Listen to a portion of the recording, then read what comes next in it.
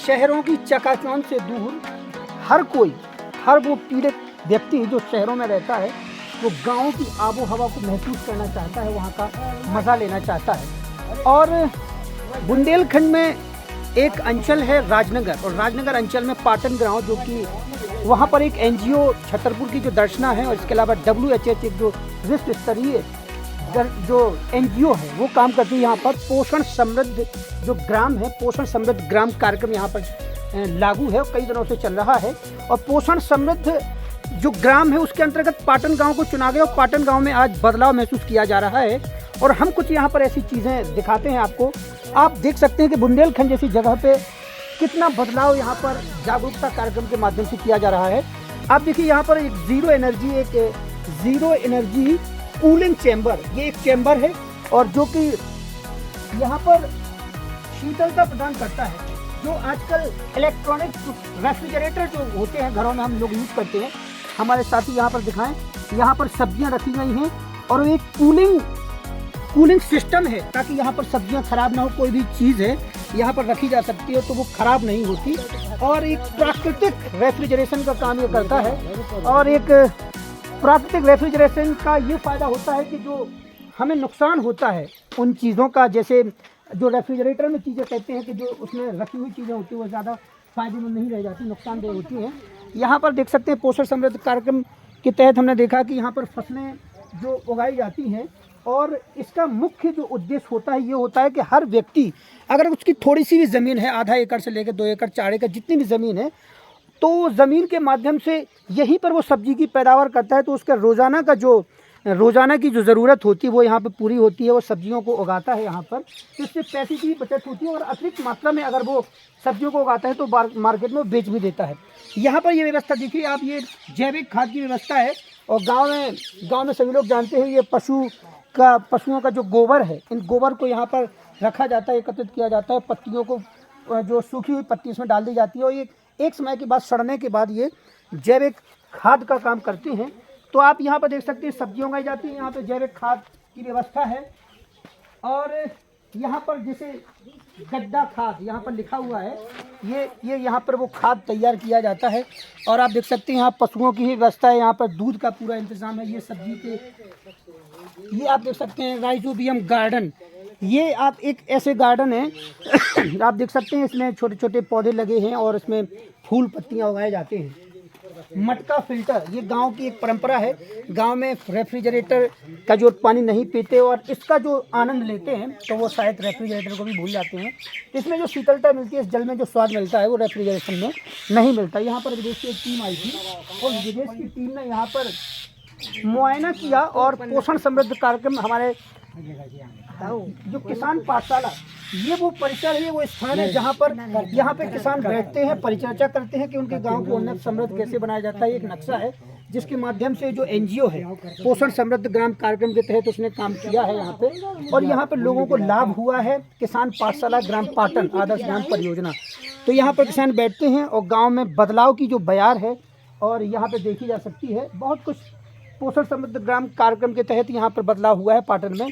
कायदा का हाँ, इतने जो जब से जो कार्यक्रम चलो तो कछु बदलाव भाव है तो पहले से हाँ, का फायदा भाव आपका? फायदा जब हो गया मैंने भी लगाई थी आलू, हाँ, और हमने जो केचुआ वाली खाद डाली, अच्छा उत्पादन भाव। और देसी खाद से आपको क्या लग रहा है कि फसल जो सब्जी वगैरह होती ज़्यादा अच्छी होती, स्वास्थ्य के लाभ से हिसाब से भी अच्छी होती? भाई कहा है कि बिला धंधा के लायक नहीं है। हाँ, छोटो धंधा अपने घर के जो कोई को छोटो मोटो है अपनो खर्चा पानी चल सके, अपनो खर्चा के लिए बहुत अच्छी चीज है। हाँ, बहुत अच्छी चीज है। अच्छा, इसमें कछु ऐसा अंतर महसूस करो जैसे बाजार से अपन सब्जी ले आई तो जब सब्जी जब उगाई इनको कछु स्वाद अलग रहा? अलग स्वाद है, हाँ, अलग ही स्वाद है। कहाँ सरकार कायम आप का बदलाव लगो? अरे देसी को स्वाद आ रहा है और सरकारी को आ रहा है। तो सब्जी में स्वाद है ते। हाँ। और जो ये बताओ इनमें जो एक फ्रिज के जैसा बनो जो इनमें चारों को मिट्टी भरी, साथ ही हमारे दिखा दें थोड़ा दूर से।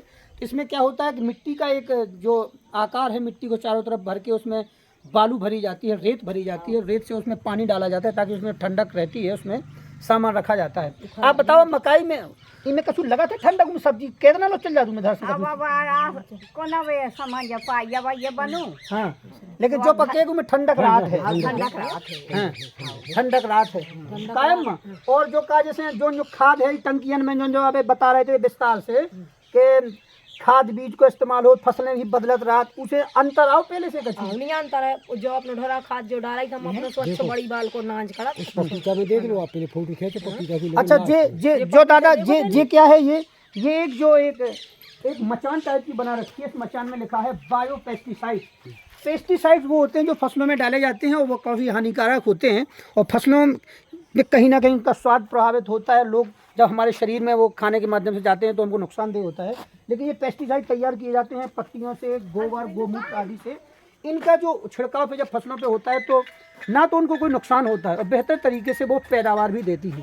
तो ये एक व्यवस्था है पोषण समृद्ध कार्यक्रम के अंतर्गत। और ये बदलाव थोड़ा थोड़ा अभी गांव में, हालांकि ज़्यादातर गांव में ये नहीं दिखता है, लेकिन बड़े पैमाने पर अगर गांव में होता है तो एक बहुत बड़ा बदलाव देखने को मिल सकता है।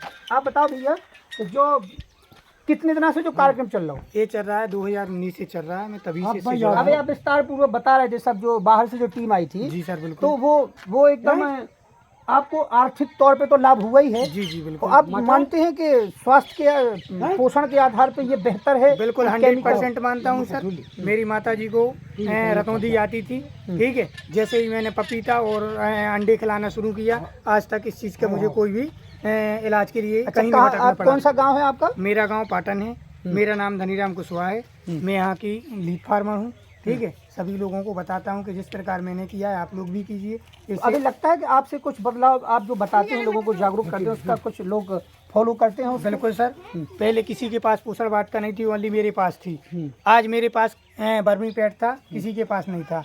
आज गांव में लगभग 5-6 किसानों के पास बर्मी पैड हो गया और कम से कम 30 किसानों के पास पोषण वाटिका लगी हुई है। तो ये किस कार्यक्रम के तहत है और कौन इसको संचालित कर रहा है? ये दर्शना महिला कल्याण समिति के द्वारा हम लोगों को ट्रेनिंग दी जाती है।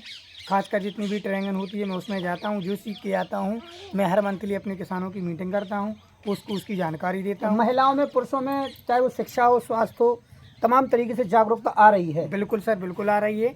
एक समय ऐसा था यहाँ कुपोषित बच्चे 28% थे, ठीक है। आज देखिए आप 5% बची हैं। तो यहाँ पर मतलब जो सब्जी वगैरह पैदावार होती है या फसलें होती हैं उनका लाभ आप आपस में ही जैसे खरीदारी हो जाती है तो सब्जियाँ अगर आपकी अतिरिक्त हैं तो आप बेच लेते हैं यहीं गांव में? नहीं, गांव में भी बेच लेते हैं और अगर गांव से भी ज़्यादा होती है तो अपन मार्केट ले जाते हैं। बमीठा, चंदनगर कहाँ जाते हैं? बमीठा भी जाते हैं, चंदनगर भी जाते हैं, खजुराहो भी जाते हैं और राजनगर भी जाते हैं। अच्छा। वो यहाँ पास में तो आपको ये बताइए कि आप जैसे उनको बता जो नॉर्मल दाम पे जो सब्जियाँ बिकती हैं, जो वो केमिकल वाली सब्जियां होती हैं, इनकी कुछ आप रेट अलग से तय करते हैं कि आप उसी रेट पे बेचते हैं? नहीं सर, तय तो करते हैं लेकिन अभी लोग जागरूक नहीं है पूरी तरीके से। अभी लोगों को पता नहीं है कि ये क्या चीज़ है, बेहतर है कि इसके दाम एक्स्ट्रा होना चाहिए। जो लोग जानते हैं वो हमें 5 रुपये एक्स्ट्रा दे के जाते हैं। हाँ। वो जो नहीं जानते हैं इसमें क्या होती है, थोड़ी चमक कम होती है, ठीक है। इसका उत्पादन भी थोड़ा सा उससे कम होता है। लेकिन लोग अभी इतना जागरूक नहीं है कि अपन बिना पेस्टिलाइजर वाली चीज़ें खाएं तो अपनी स्वास्थ्य पर क्या प्रभाव पड़ेगा, ठीक है। अभी लोग इतना जागरूक नहीं है तो अभी तो उसी दाम में जाती हैं जिस दाम में रासायनिक दवाओं से पैदा होती हैं सब्जी, उसी रेट में अपनी भी जाती है। लेकिन दर्शना वालों का कहना है कि आगामी दिनों में हम तुम्हारी दुकानों पर पोस्टर लगवाएंगे, ठीक है। तुम्हारी एक दुकान बाज़ार में निश्चित करवाएंगे जिससे आपको अच्छी दाम मिलेगी। ले जाता है। तो ये बदलाव की बयार है जो NGOs के माध्यम से और योजनाओं के माध्यम से गांव में दिख रही है। और अगर ऐसे ही अगर सुधार का क्रम जारी रहा, अगर ऐसा ही चलता रहा तो इसमें ज़्यादातर लाभान्वित लोग होंगे। किसान जो मजदूर हैं आज परेशान होते हैं तो आर्थिक तौर पे ही मजबूत होंगे। और सबसे बड़ी बात यह है कि नुकसानदेह चीज़ों का सेवन करके जो लोग बीमार होते हैं उनसे भी उनका बचाव होगा। तो गांव में ये बदलाव वाकई में शहरों से बेहतर है और गांव की इसी आबो हवा, इसी आनंद के लिए ही लोग गाँव की तरफ आकर्षित होते हैं और ग्राम्य जीवन को इसीलिए बेहतर और सशक्त माना जाता है। हमारे चैनल से लगातार जुड़े रहें और चैनल को लाइक करें, शेयर करें, सब्सक्राइब करें और एक बार फिर ऐसी ही स्टोरियों के साथ हम लगातार आपसे रूबरू होते रहेंगे। धन्यवाद।